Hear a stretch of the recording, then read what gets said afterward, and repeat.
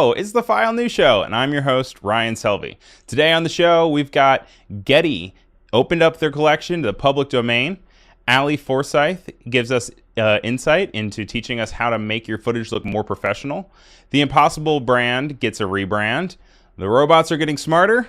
There's a $1 million art heist that happened this week. And then also, of course, plenty more. So let's go ahead and hop right on into the news.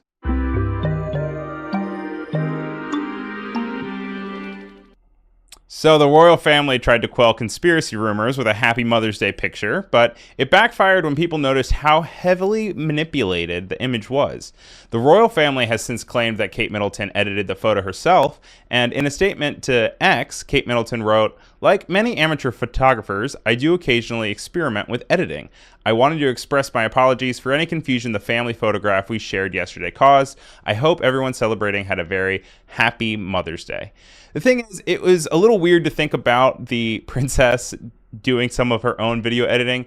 The photos seem to be saved twice from Photoshop, and also there are at least 16 inaccuracies that go across the photo. So you can see it in the flooring, you can see a cut into her daughter's arm, there's a misaligned zipper, there's weird hair, there's weird patterns on her son's sweater.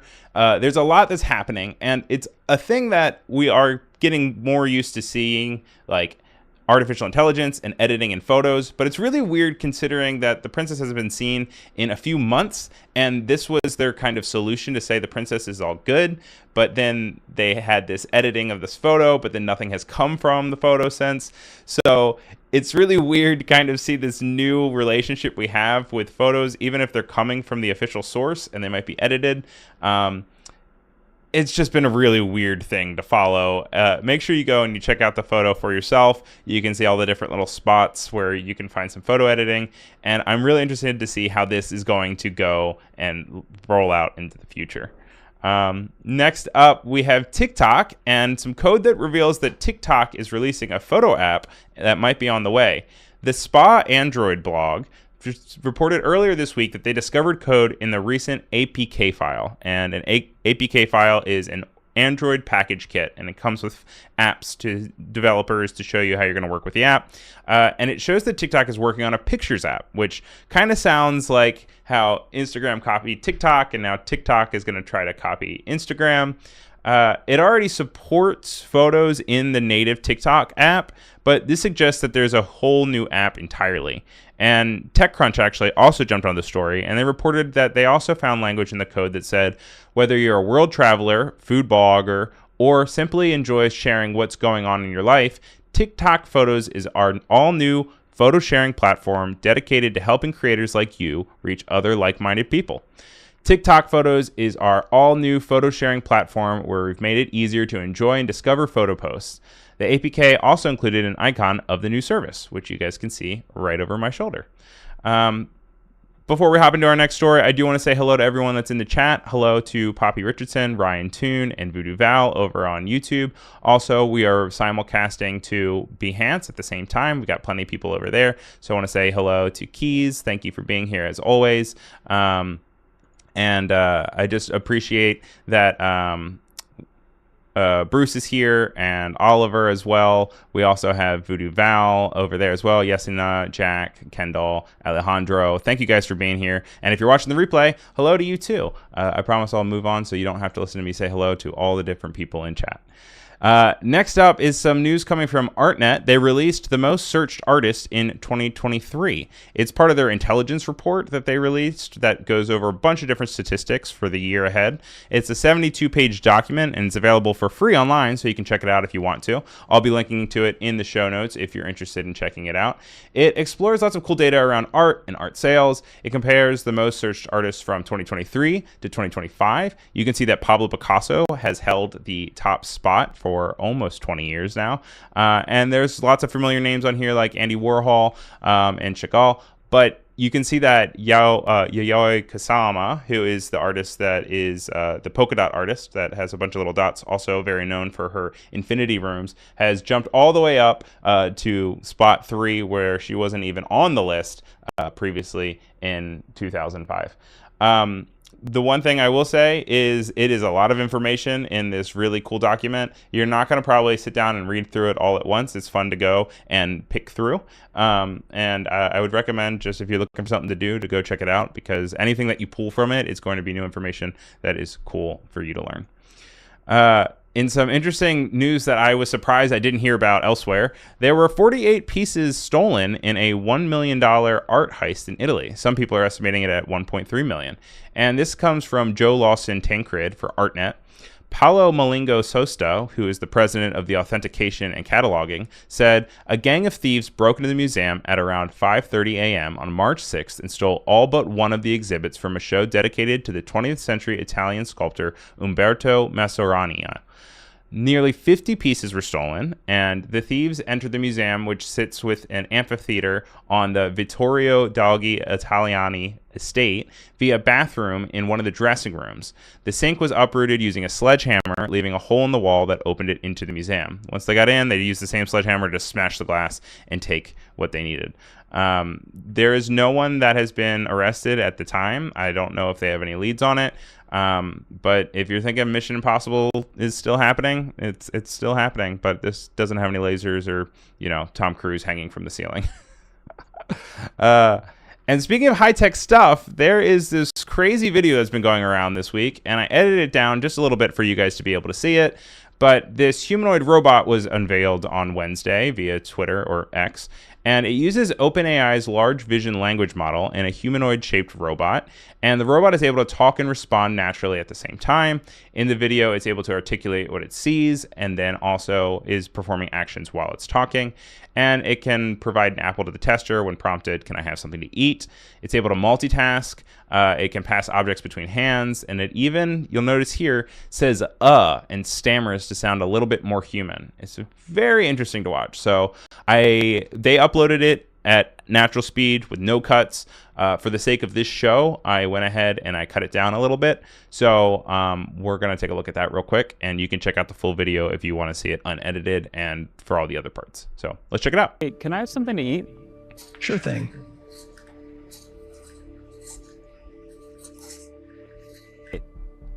Can you explain why you did what you just did while you pick up this trash?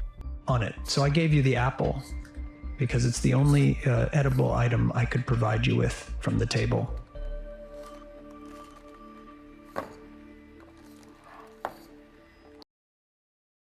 Pretty crazy, right? Like the stuttering of it, as I say that, is what really kind of like blew me away. And then also the ability to be able to talk and perform a task, and he's passing things between his hands. I would check it out. It's basically a partnership between these two companies because they're using the OpenAI model. It's called Figure. And this is wildly different than the different dancing robot that we saw come from Elon Musk, which was literally just a human dressed up in a robot outfit. I didn't want to get a content strike, so we're not including it, but just trust me, go check it out. I think John Oliver even did a thing about it. But next up, we're gonna have a little segment. All right, okay. And it's going to be about blockchain, and I'm only going to talk about it for like, I don't know, 60 seconds. Okay. And so much so actually that, because we're doing this, and I know this is such a taboo topic, I actually went out of my way and I created a new overlay for you guys that will show whenever I am talking about blockchain, it will pop up and you guys will know, and you'll be able to hear from this sound.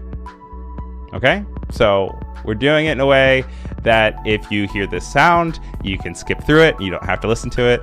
I just thought this was really important, so I'm including it. So we'll do it for 60 seconds, and then we're going to move on. Ethereum, which is a blockchain, the second most popular blockchain, rolled out its Denkan upgrade this week, and it introduced a new technology to help scale the network called proto-dank sharding. It helps layer 2 networks to post to the Ethereum network in blobs, and a transaction that once cost $1 now costs 1 cent. The reason why I thought this was really important is because about 2 years ago, they acknowledged the energy usage and they brought that way down. And then now they're kind of trying to acknowledge this idea of using layer 2 blockchains to bring down the price of transactions, to make it more scalable and more reasonable to actually use the technology. I think that as this continues to be around, it is something that is going to have to evolve and get better. But it's really exciting for me personally because they're starting to tackle the things that have really annoyed me. I mean, energy was a big thing, and now cost is another thing because you want to make it accessible to everyone. But it'll be interesting to see how this updates. This is not an endorsement of any crypto schemes or NFT sales or whatever. Also, everything that I say on this show is all Ryan Selvy or the people who are hosting it. It is not respective of Adobe's views and opinions. It's all me, baby. But that's all we're going to do. We're going to hop right back out of it, guys. We survived. It's fine. Moving on. The biggest news of the week, though, by far, that was tackling all of the headlines, definitely was TikTok. And so we're going to go ahead and we're going to bring in Allie, and she's going to talk about the news story that dominated the entire week. So take it away, Allie. It's closing time. Every new beginning comes from some other beginning's end. Oh, hi, Ryan. Sorry, I didn't see you there. I'm just having a rough day. I'm just trying to say goodbye to TikTok. Just get ready to let it go. Feels like just yesterday, everybody was doing the Tiger King, Megan Thee Stallion dance. And now TikTok is leaving. Just like my dad. 2 days ago, the House voted on a bill that would give ByteDance, TikTok's parent company, 6 months to divest the app, which means sell it or risk being banned in the US. The bill is titled Protecting Ally from Viral Videos of Slime. No, it's really called Protecting Americans from Foreign Adversary Controlled Applications Act. Supporters of the bill consider the sale of TikTok a matter of national security. In fact, last year, to address data and privacy concerns, ByteDance partnered with software company Oracle in Austin, Texas, to route Americans' TikTok data to the US. But this effort has not placated American lawmakers, who are uneasy with the relationship between ByteDance and the Chinese government. And they also don't like that their grandkids stare at TikTok during Thanksgiving. Either way, they consider the app, quote, a national security risk. Officials are worried both about the amount of data TikTok collects and how that information could be used. And they're worried about the power of the algorithm, like it could ever convince you to do anything. Or convince you that you have curly hair. Not me. I know what my hair looks like. The solution that this latest bill proposes is ByteDance selling TikTok to a good old-fashioned American company. The bill passed the House by a vote of 352 to 65, a pretty strong showing, and similar to the House Commerce Committee vote last week, and the Biden administration has said he will sign the bill if it gets to his desk. So I know what you're thinking. It's over. I know how laws get made. I paid attention in school every time teacher played the I'm a Bill video so they could take a nap because they had margaritas at TGI Fridays the night before. This is the end for me and TikTok. Just needs to pass the Senate and then Biden will sign it. Yes, it just needs to pass the Senate. But have faith. Our government is not that good at passing laws, and it truly might not. Yesterday, Senator Josh Hawley told Axios that he didn't think Majority Leader Chuck Schumer would even bring the bill to the floor. According to the New York Times, some senators worry that the bill violates the Constitution because it names TikTok and ByteDance instead of just talking about, companies generally. TikTok itself has said that banning the app is a violation of free speech rights in the US, and some lawmakers are genuinely worried about that. And the app has upped its lobbying efforts, gathering creators in Washington. According to the New York Times, TikTok isn't paying them to be there, but they are paying for their transportation, lodging, and meals. And also apparently giving them signs to wave, one of which reads, TikTok changed my life for the better, which is something you could not beat out of me. Personally, if I had a sign, it would say, I follow 100 therapists on TikTok because that equals one real life therapist. Look, it's easy to laugh at people who say TikTok changed their life for the better, or for people who actually show up to protest for TikTok. And I did laugh at it. But it's also true that for some creators, the app has become an avenue to build an audience, get brand deals, and participate in the TikTok Creator Fund. For some people, it's really become their full-time job, or for people who have small businesses, it's a super valuable marketing tool. For me, it's again just a way to look at slime. Representative Maxwell Frost, the first Gen Z representative, voted no and touched on the economic factor in a statement, saying, in part, this bill does not solve our data privacy problems and harms innocent users whose very livelihood and existence is supported by this app. While on the House floor, Nancy Pelosi tried out some really bad stand-up material. First of all, this is not a ban on TikTok. I'm a grandmother of teenagers. I understand the entertainment value, the educational value, the communication value, the business value for some business on this. This is not an attempt to ban TikTok. It's an attempt to make TikTok better. Tic-tac-toe, a winner. What's so funny about this quote from Nancy Pelosi is it makes me think that not only does she not understand TikTok, but I don't think she understands tic-tac-toe. If the bill does pass the Senate and Biden signs it, it's probably going to be challenged in court, so it's unlikely that it would actually disappear within that 6-month time frame. But still, all this uncertainty, it's made me realize I really take TikTok for granted.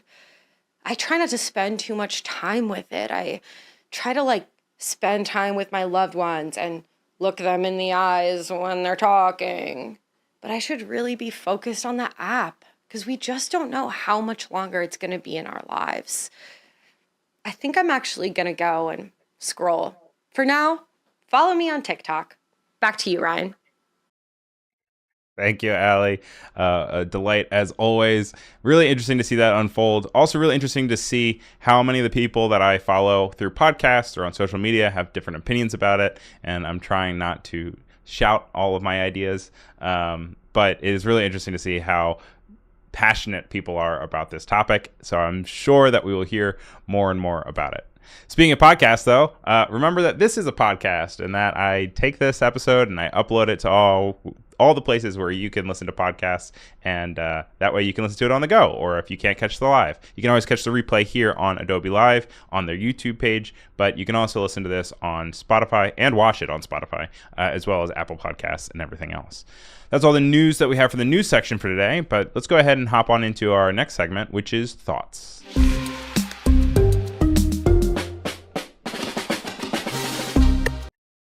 So today's Thoughts is about Mr. Beast. If you're not familiar with him, he is probably the biggest, if not one of the biggest, users on YouTube. Your youth definitely know who he is. He kind of has a screaming, shouting voice, and he gives away lots of money. He gives away cars. He gives away an island to his 100th million subscriber or something, 100,000 subscriber.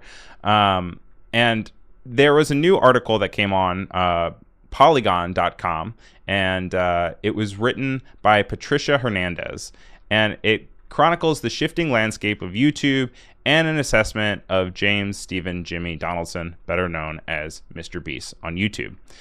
There was a report from Morning Consult and determined that YouTube was the most used platform for Gen Z, with over 80% spending their time on the app. Morning Consult also reported last year that 57% of Gen Zers would like to become an influencer if given the chance.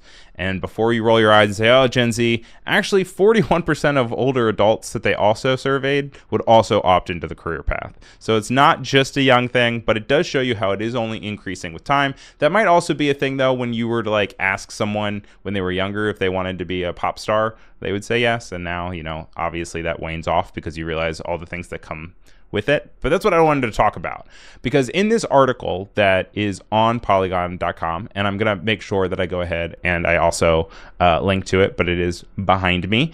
It has some really interesting tidbits about his life and his perspective, and it's really kind of focusing on the idea of a changing YouTube landscape and this idea of he kind of trademarked the open mouth face in thumbnails and clickability, and he talks about how he is obsessing over things even as much as brightness, because if you tune into a video and it's not bright enough, people hop.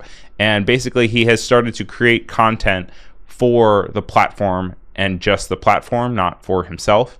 Like, all the decisions he make are directly tied to how the algorithm is going to respond to the decisions that he makes. And it doesn't seem like he's having a good time. In an interview with Business Insider, he confirmed he mostly lives in his recording studio. And he's also so laser focused on generating content on YouTube that he describes his whole personality as YouTube. In a quote, he says, "People shouldn't be like me. I don't have a life. I don't have a personality." He considers a single hour of a date to be worth $100,000, and had it been dedicated to work instead. So when he goes on dates with his girlfriend, they do activities that he can use for his videos. And the reason I wanted to include this on the show and have this in the thought section is so often as consumers and as viewers on these apps, and even as artists, like, we are adding to this chugging experience of creating content and putting it online and hoping that it will get bigger so that we get to the pie in the sky and that we make a bunch of money and we have fame and we have recognition and respect, and you can plateau and you can relax. But if anything, this is really showing that actually that's not even the case. A lot of times his channel even works at a net loss because he's putting so much money and production into the creation of these videos that he now has a bunch of other revenue streams, like a fast food joint that, or apparel, that makes the money so that he can then funnel it back into all of these products videos that he has. And it's interesting because at one point, like, he is doing something very cool. He is constantly getting to create videos that are gigantic and loud. They talk about how he gets the audience in the first 10 seconds of a video. And now it's starting to shift because now he has the audience and he kind of has the ability to slow down and maybe not have as many jump cuts. And you can kind of see how it's shifting. But it's also at odds with the idea of YouTube as a platform changing closer to YouTube Shorts, and also battling with TikTok and Instagram Reels. And also our relationship with long form video, where we're also, some of us, if you're watching this show or you're listening to the show, you are more comfortable with the idea of longer content, which is also a thing on YouTube. So it's juggling all of this balancing act. And I am worried about people that don't necessarily see the negative impacts that having a life online can have, and that just because you are doing really cool things doesn't necessarily mean that your life is super happy. I don't know if he's super happy.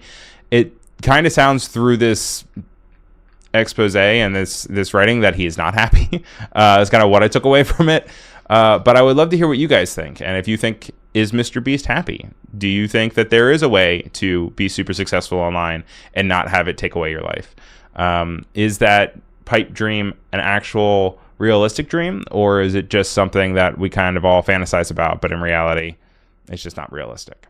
So that's today's thoughts. Let's go ahead and hop into Ticketbooth.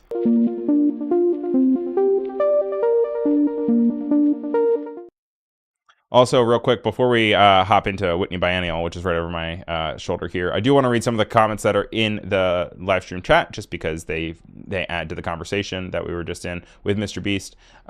Keith says, never seen a more fake smile. Oliver says, that must be a tedious life, having to try to make everything you do into something you can put on YouTube. And thank you to Voodoo Val for putting the link into the chat. And Oliver says, I'm using the YouTube app on my TV to watch you right now. Yes, I love YouTube. I use YouTube all the time. It's one of my big things. Part of me is like, oh, it'd be really cool to be big on YouTube. But also at the same time, it sounds kind of terrifying. So, Ticketbooth now, our next section here, is the section of the show where we go over different shows that are accessible around the world or online, that are prominent in the art world or just cool for creatives. This first one is the Whitney Biennial. It happens every 2 years, and previews opened for members yesterday, and it goes through the 18th for Whitney members. And then it opens to the public from March 20th to August 11th. So if you are making any plans to travel to New York City this summer, it will be open for pretty much the length of the summer, except for August. It features 71 artists, and it is the longest running survey of contemporary art in the United States. In a quote from the website, it says the exhibition's subtitle, "Even Better Than the Real Thing," acknowledges that artificial intelligence is complicating our understanding of what is real, and rhetoric around gender and authenticity is being used politically and legally to perpetuate transphobia and restrict bodily autonomy. Hyperlergic also has a awesome article that calls out 11 really cool artists to check out, but like I said, it's got 71 artists, so there's plenty of people to check out. It's a gigantic warehouse. A lot of the pieces are gigantic and experimental. They're also the types of works that end up inspiring other artists and becoming a part of art history. It's always really cool to see. I went, I think 4 years ago. That doesn't make sense because that was 2020. Whichever one was the last one before 2020 I went to. And it's so cool. And even if you're not there, obviously, to buy anything, because you probably are not, because you're not a super millionaire, it is really cool to just go around and see the art and see the art world as it is evolving. Then also, we talked about it last week, but MoCA is this weekend. It is tomorrow, the 16th, and on Sunday, the 17th, and it's at the Metropolitan Pavilion. It is at 125th West 18th Street, New York, New York, 10011, and it is a really cool comic and cartoon festival convention that has a bunch of illustrators and cartoonists. It has a bunch of students. It has a bunch of colleges that are in New York and around the New York area, and it is put on by the Society of Illustrators, which is very admirable. And this is a really great place if you want to go and you want to buy some art, whether it's a zine or a cute little keychain or a sticker or a gigantic print. And it's all pretty accessible, and you can actually network and get to know people really well, which is really nice. Going across the pond over to Europe, John Rankin Waddell, commonly known as Rankin, has some of his most iconic images for a new show at Tin Man Art Gallery in London. It features Spice Girls, Jay-Z, Madonna, David Bowie portraits, and this is one of his Spice Girls portraits that you might recognize. David Bowie as well. And he has really made a mark on the idea of being a celebrity and existing in kind of like back to our point with Mr. Beast and the public eye, and then also being able to capture that essence because even though David Bowie is no longer with us, this is a really good portrait kind of who he is and his energy. And it's really cool to see so many celebrity portraits all coming from one person. And so once again, that is at the Tin Man Art Gallery in London. So check it out if you can. Next up, another England show. This is Art of the Selfie, and this goes from March 16th to January 26th at the Amugadef. I'm going to do my best to pronounce this. Amguedva Siumuru National Museum, Cardiff. I will link to it. Please forgive my naivety. It has Van Gogh, Rembrandt, Brenda Chamberlain, Francis Bacon, Bedward Williams, and Anya Paintsill.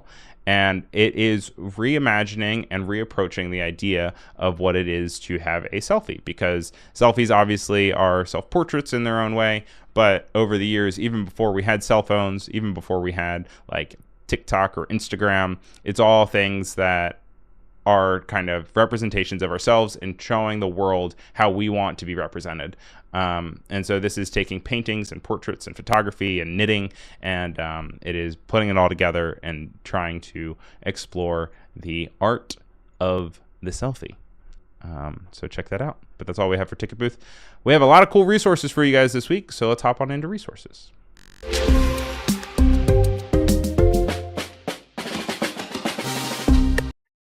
The first one is Art of the Title, and I found this through another actual article that was actually interviewing the person who made this website, and if you want to go check that out, you obviously can. I could probably find the link to that as well again, but in reality, I got way more dragged down the rabbit hole of just going to artofthetitle.com. And have you ever been watching a movie or a TV show and it's been like this beautiful portrait on, beautiful title scene that you kind of wonder the art behind it, or you just want to be able to save it to a gallery? That is what this site is. And if you go to it, it's just artofthetitle.com. and you're greeted by some of the titles that you can look at. You can go through and you can look through all the title sequences, and it has some recommended ones. You can go to view all titles, and it will then kind of break down all the different beautiful ones that are available. I mean, the White Lotus is a really cool one. They also have movies as well. They have TV shows. And it's a really good way also for like motion designers to also see how type and imagery interacts with motion. It's also just cool to be able to see how more recent things are also interacting side by side with older classics.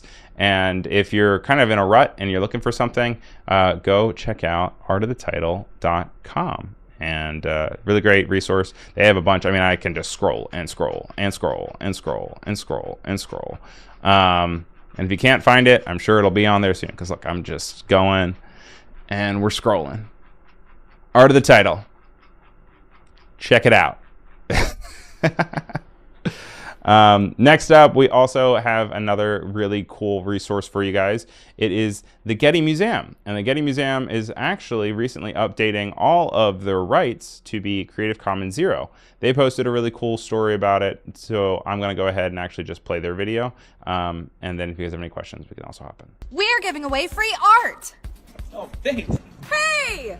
Don't worry, Lilia. It's not the real thing. The museum's collection was recently upgraded to CC0 status, meaning you can download, edit, and repurpose 88,000 artworks from Getty in high resolution with no legal restrictions. Here's how to access. First, search for what you'd like on our collection pages online. Next, click the Open Content filter. Then, start downloading. You can search by artist name, type of artwork, or other keywords. To celebrate, I'm Van going to throw myself an Iris's party. But the fun doesn't stop there. Remember, you can use these for any purpose you want. Hey, are you talking to someone?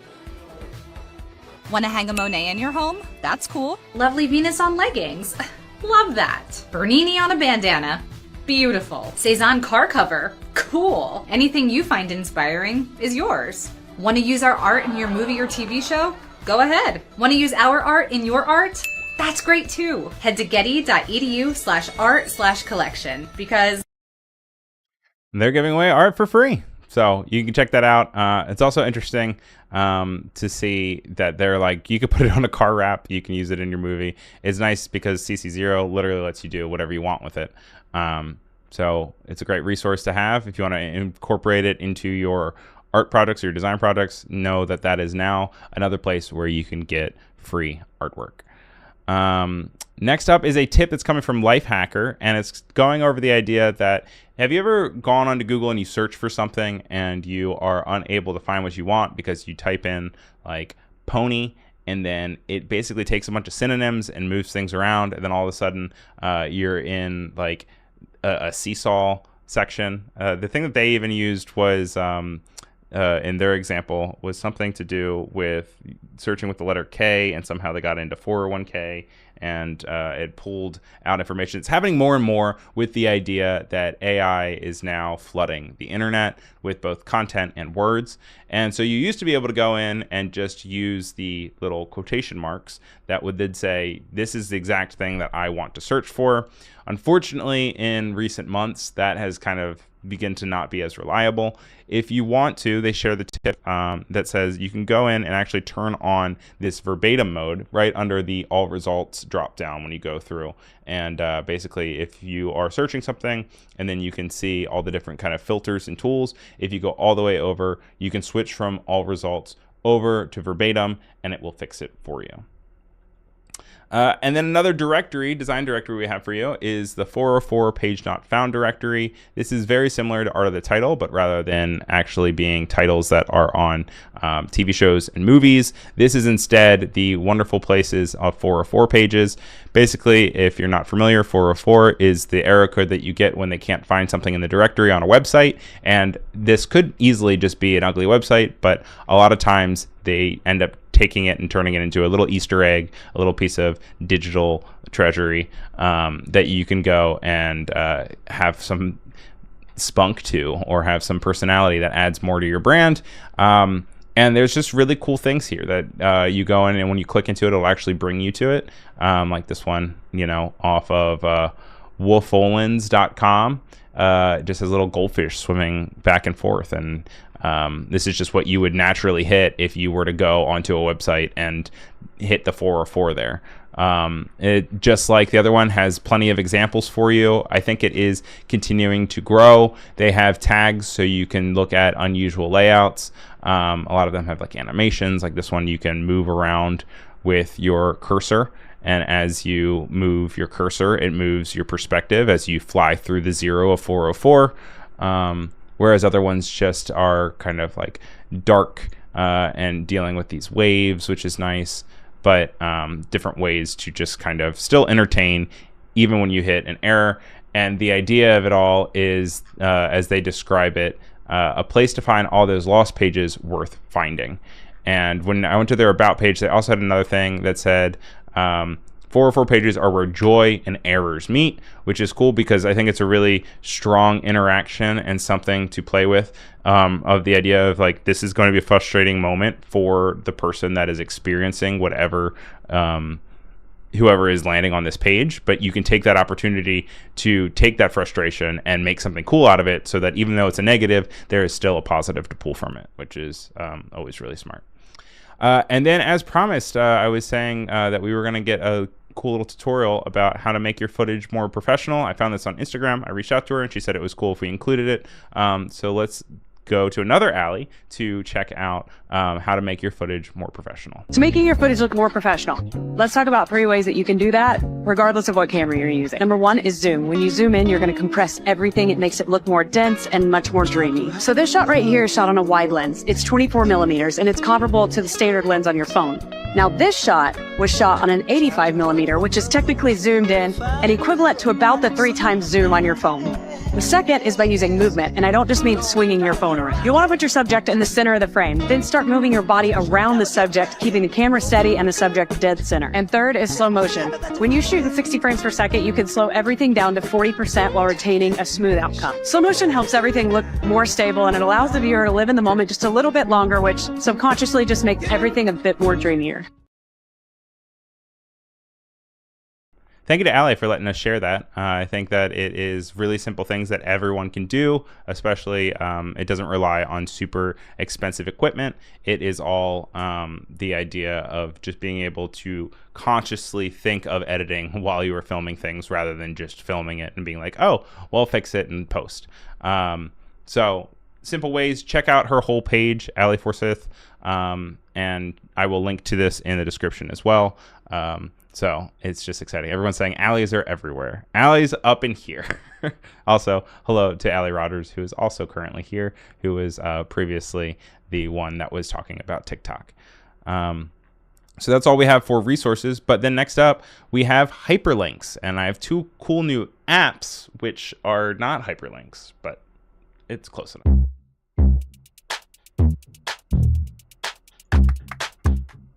A few weeks ago, we talked about Downpour, and Downpour was this upcoming app that seemed really cool. It was this app that you can take your pictures and you can turn them into little games or apps, just with the action of creating little squares and points of interest that you can click through. It actually launched, so now you can go on and using the Downpour app, you can both explore other games that people have created, and you can also create your own. As of right now, it's entirely free. I think there is a subscription offered, but there is no limitations from what I had experienced when I popped onto it.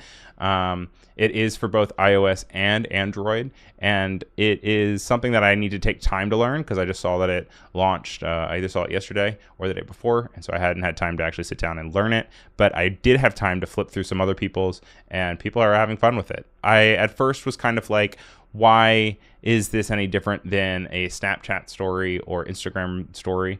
And then as I continue to play with it, people started doing more creative things where you can go back and forth, and you can also interact with areas on the pictures that you click into. I think this could be something that's not only fun, but you could even use it for a client example for something, or just an interaction that you have for a brand if you want to do this for a commercial sake. And then, of course, you can always publish them so that everyone can see them and link to them. And they're silly and fun, and it's one of those things that I wouldn't be surprised. I mean, I have no insider knowledge, but I wouldn't be surprised if something like this gets picked up or bought by a bigger app or company, or they just outright steal it, because they also like to do that too. But check it out. It's Downpour, DOWNPOUR, Downpour. And then this next one, it's not design focused, and I'm sorry guys, because I just, it's going to take so much of your time. But there's a new New York Times game, and it's called Strands, and basically it is kind of like a word search that has a theme of the day, and then you have to find all the words that connect, and then as you find other words that connect that are not part of the theme, it starts to give you hints. And just like everything else, like there are certain ones for the day. I think it gets harder as the week progresses. So considering that this is airing on a Friday, I think today will probably be one of the hardest days for it. If you go to the New York Times app or the game app, you are not actually going to be presented with it. There is still in beta, so they are still kind of hiding it, I guess, until they work out all the kinks to make sure that it's fun. But it's just nytimes.com/games/strands. I would love to see how you guys are interacting with it. Kendall saying, I struggled with today's puzzle. I struggled with yesterday's puzzle when I was messing with it. What can you say? Also, hello to Richard over on YouTube. But that's all the hyperlinks that we have for you today. We have a few more segments and just about 15 minutes left. So let's all hop on into Font of the Week.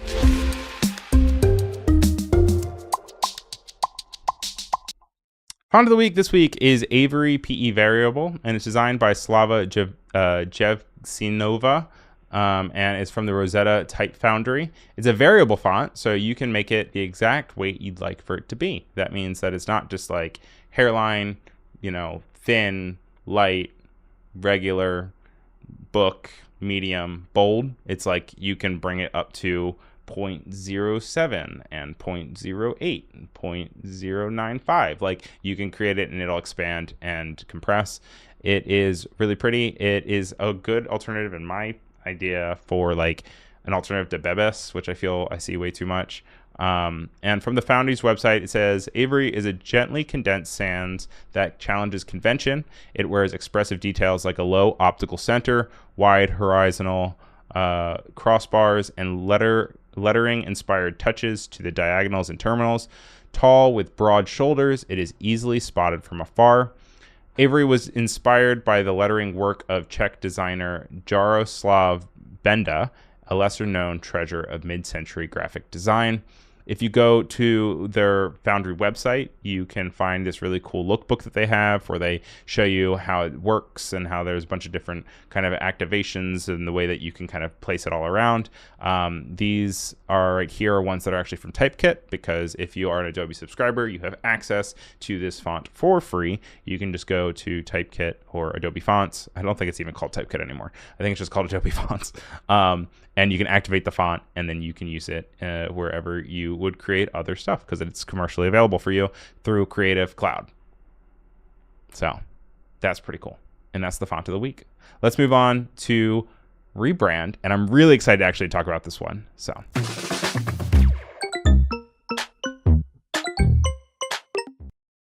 this is super interesting to me, okay? And so this comes from the Die line, which is really good for packaging design. They also cover rebrands a lot. And basically, Jones Knowles Ritchie, commonly known as JKR, rebranded the Impossible brand. You guys have heard of the Impossible Burger before, right? Impossible Burger, it's basically a totally non-meat substitute for burgers and meats. And it really blew up, especially during the pandemic and this time where everything like Beyond Burger and Impossible Meat were all taking off, and then in recent years they all kind of have completely crashed as far as like valuations and profit margins. And so in this recent rebrand for the Impossible Meat Burger experience, JKR has created this really interesting rebrand that is entirely red. Okay, I'm gonna go ahead and actually just pull up the Die line article because they did such a good job at showing it and breaking it down. JKR also did the Fanta rebrand, if you remember that one, and they also did the really nice Burger King rebrand. So they are very talented. They know what they're doing. This is an article on Dieline from Bill McCool, and it was a response to CEO Peter McGinnis saying their previous approach had too much wokeness and elitism that didn't resonate with consumers.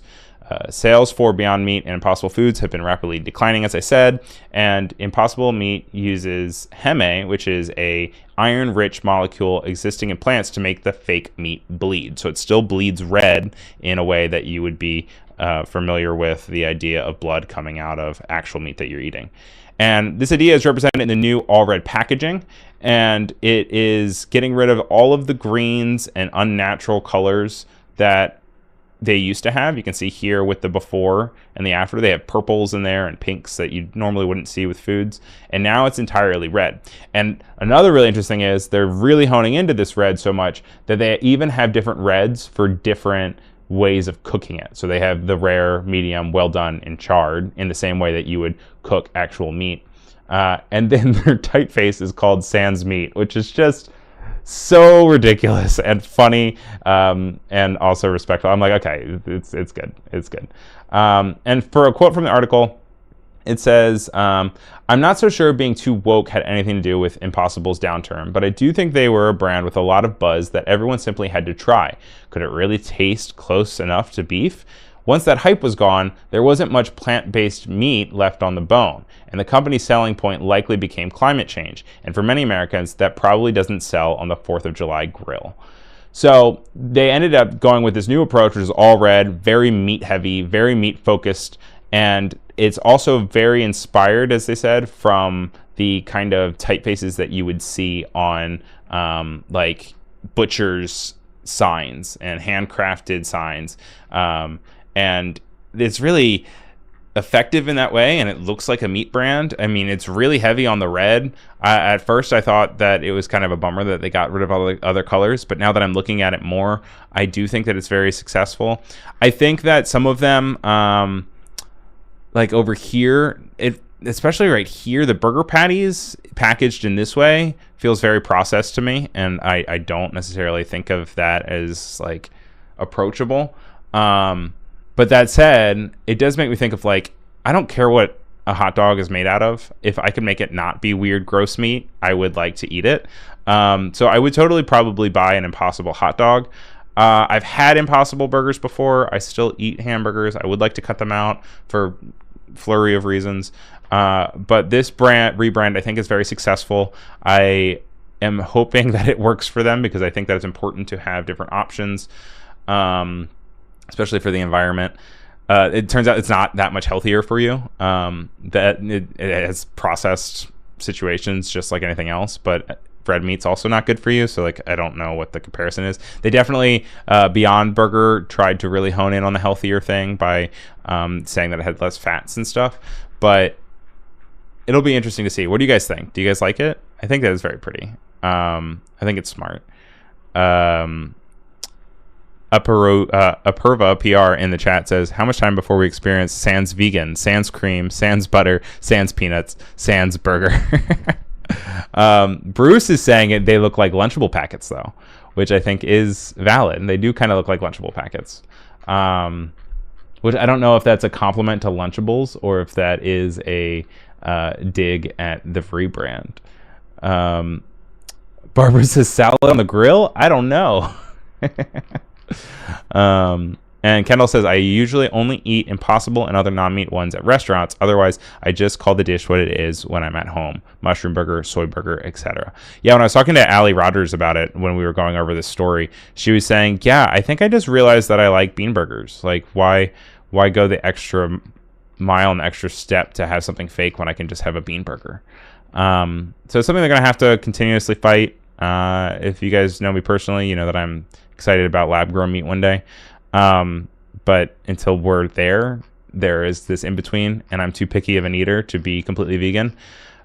So I'm not even vegetarian. I'm just regular. But I think that these are a step in the right direction. I think that they made good choices. I don't know if it's enough to save them entirely as a brand, but shout out to JKR for JKR, right? Yeah, JKR for putting in the good fight.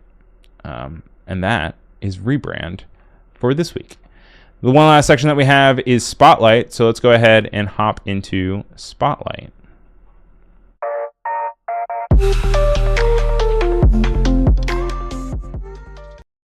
So for this week's Spotlight, we are focusing on Bridget McCarty, and she makes these really cute miniatures. She recently used the Adobe Dimension tool to cut out a small bench for her dollhouse that she created. Or I don't know if it's a dollhouse. If it's a miniature, is it rude to call it a dollhouse because it's so much cooler than just a dollhouse, even though dollhouses are actually pretty cool. But I went ahead and I grabbed the video, so over to you. Let me show you how I made a really cute bench that fit a very narrow part of my dollhouse. I started out with a simple sketch and then properly drew it in Adobe Illustrator. I used the Dimension tool to give me the precise measurement to make it 1/12 scale. When I want to shrink it down to half scale, I use the Dimension tool again to make sure it's 50% of each number that I had in the larger drawing. Next, I cut it, paint it, and glue it together. The final result is very accurate and perfect for a little house guest. Isn't that really cute? I thought, and it's also such a cool way to continue to play with this Dimension tool that is newer to Adobe Illustrator, where you can go and you can click into kind of the dimensions of your objects, whether they are just regular squares or even, like in this case, they can be wood cuttings. They can be even, I've seen some fashion designers kind of talk about the idea of being able to use it and having the right like sleeve lengths and the wraparounds so that you can go and you can click it. Previously, you had to do the math yourself and you had to switch into making a line and then writing it out. Now you can just easily click and drag. You guys should absolutely check out Bridget's other work, though. If you go to Instagram, she's just Bridget McCarty Minis. She has 590,000 followers, so you probably have already seen her before. But she does plenty of things like this cute little Tom and Jerry little house area for, you know, just a little. I guess it's not technically Tom and Jerry, but that's the vibe that I got from it. And also, if I was sharing music, which I'm not, because that would be a context strike, you would see that it just has the Tom and Jerry music. But it's really cool also to see this strong comparison with both the idea of physical spaces and digital creation processes. So it's not all just fully manual labor. You can also now leverage the conveniences and capabilities of digital tools like Illustrator now to go and then create cool miniatures or physical pieces. You got minions here, and she just does a really good job with it. I do wonder where she gets all of these like houses though. Does she build just fake floorboards? That's what she has to do, right? Because there's no way she's just like cutting into her house this much, right? There's just absolutely no way. That, or she has like the coolest house, but when she goes to sell it, you're going to have to find someone who also likes it. Or maybe a real mouse lives in there. How does that work? I don't know. Anyway, check out her stuff. But that's all the time that we actually have for today. I want to say thank you to everyone that tuned in. We will be back next week for another File News show. Same time, same place. It is 4 o'clock on the Eastern Coast. It is 1 o'clock on the Western Coast. And we like to follow through on creator news, in technology news, artist news. And if you guys have any suggestions, please hit me up at filenewsshow@gmail.com. And then, as I said, it is also a podcast. So if you are a podcast listener, please go ahead and give it a subscription on Spotify or Apple or Overcast. And it really helps if you give a thumbs up to this YouTube video. It helps if you give 5 stars on the podcast shows. And it just helps also if you comment on YouTube as well. It brings up engagement, which tells the algorithms that they're into all of this. But thank you so much to Voodoo Val, to Kendall, to Apurva, Oliver, Bruce, Odari, Allison Rogers, as always. Big round of applause for her and her wonderful segment. Oh, wait, also, Voodoo Val saying, my sister is a miniature artist. She calls them all miniature and then whatever it is. So miniature house, miniature bed, etc. Oh, that's cool. Do you ever do a collaboration with your sister? That would be cool to see you guys kind of work together and have your ideas of miniatures. But yeah, thank you everyone for tuning in. My name is Ryan Selvy. You can find me on both Instagram and on Blue Sky, which I'm realizing I don't have my little my bottom header for any of this, right? And I should have my bottom header. But I'm just ryanselvy.com on Blue Sky. But also, if you just need to get to that, you can also just go to ryanselvy.com and it'll link to my Instagram and my Blue Sky. And also this playlist for File News every single week. But thank you again for everyone. Thank you for everyone who said I could use their content on stream. Good luck to Allie with your TikTokness, and I will see you all next week.